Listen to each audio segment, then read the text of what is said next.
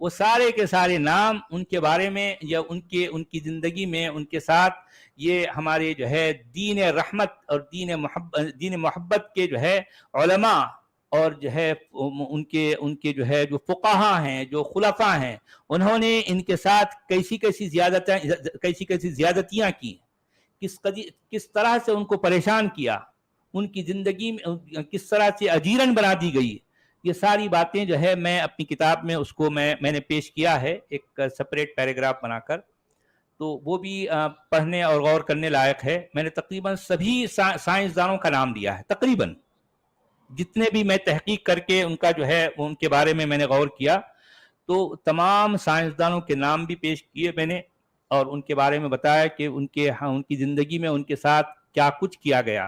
آپ ان کے حالات، ان کے بارے میں جب آپ پڑھیں گے، جانیں گے، تو میں کہتا ہوں کہ کوئی شخص بھی روئے بغیر نہیں رہ سکتا، رو دے گا قلق اور اضطراب کے باعث اس کا کلیجہ منہ کو آ جائے گا۔ ایسے مظالم، ایسے ظلم ان لوگوں پر ڈھائے گئے ہیں۔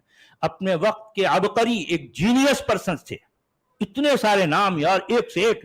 آج پوری دنیا اگر کہہ سکتے ہیں کہ جو ہے ان کی مرہون منت ہے، جس میں الکندی ہے، اس میں الفارابی ہے، اس میں جو ہے خوارزمی ہے، اس میں جو ہے وہ کیا نام ابو علی سینا ہیں، کتنے ایسے نام ہیں، پورے نام میں نے جو ہے گنائے ہیں، اور میں نے بتایا کہ جو ہے وہ ان کے ساتھ ان کے اپنے زمانے میں کیا کچھ ہوا ان بیچاروں کے ساتھ یاد جو ہے، کیونکہ دادا گیری تھی، علماء اور فقہا کی غنڈہ گردی ہے، بھئی حکومت ان کے ہاتھ میں ہے، اختیارات ان کے ہاتھ میں ہیں، ان کے صرف جو ہے ایک ان کی زبان سے نکل گئے فتوے کی بنیاد پر، یعنی ان لوگوں کے خلاف کیسی جو ہے سزائیں ان پر جو ہے سزائیں جو ہے دی گئی۔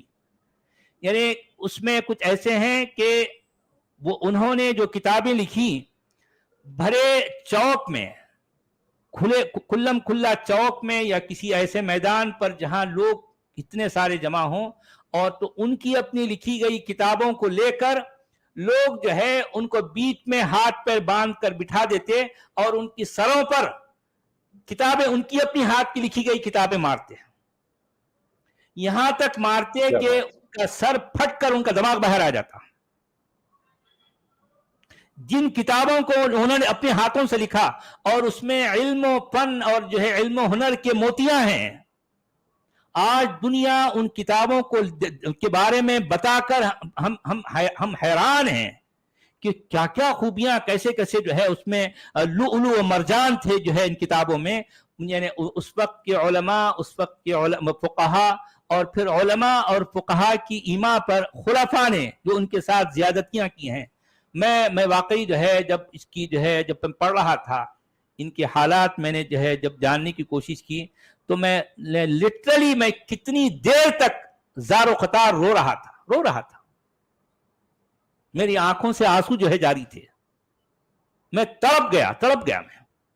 اور یہ سارے کام کس کے ہیں؟ علماء کے ہیں، فقہا کے ہیں، اور علماء اور فقہا کی ایما پر یہ جو خلفاء ہیں سارے کے سارے مسلمان ہیں، دین اسلام اور دین رحمت کے امین ہیں، ان کی طرف سے صادر کیے گئے فتووں کی بنیاد پر ہوا۔ اور وہ بیچارے جو ہے اب سوچے کہ جو ہے یعنی کیسے عبقری، کیسے جینیس لوگ، وہ بیچارے لاچار ہیں، مجبور ہیں، ان لوگوں کے ہاتھوں چاروں طرف سے وہی یہی لوگ ان کی غنڈہ گردیاں ہیں، ہر طرف حکومت ان کی ہے، ہر طرف ان کی خلافت ہے، یہی فقیہ ہیں اور یہی جو ہے سارے یہی علماء ہیں۔ تو اب یہ ایسے لوگوں کے بیچ میں ظاہر بات ہے ہر طرف سے مسلمان ہیں، ان کے اپنے نام بھی مسلمان ہیں، مسلمانوں کے بیچ میں رہ رہے ہیں، مسلمان گھرانوں میں پیدا ہوئے،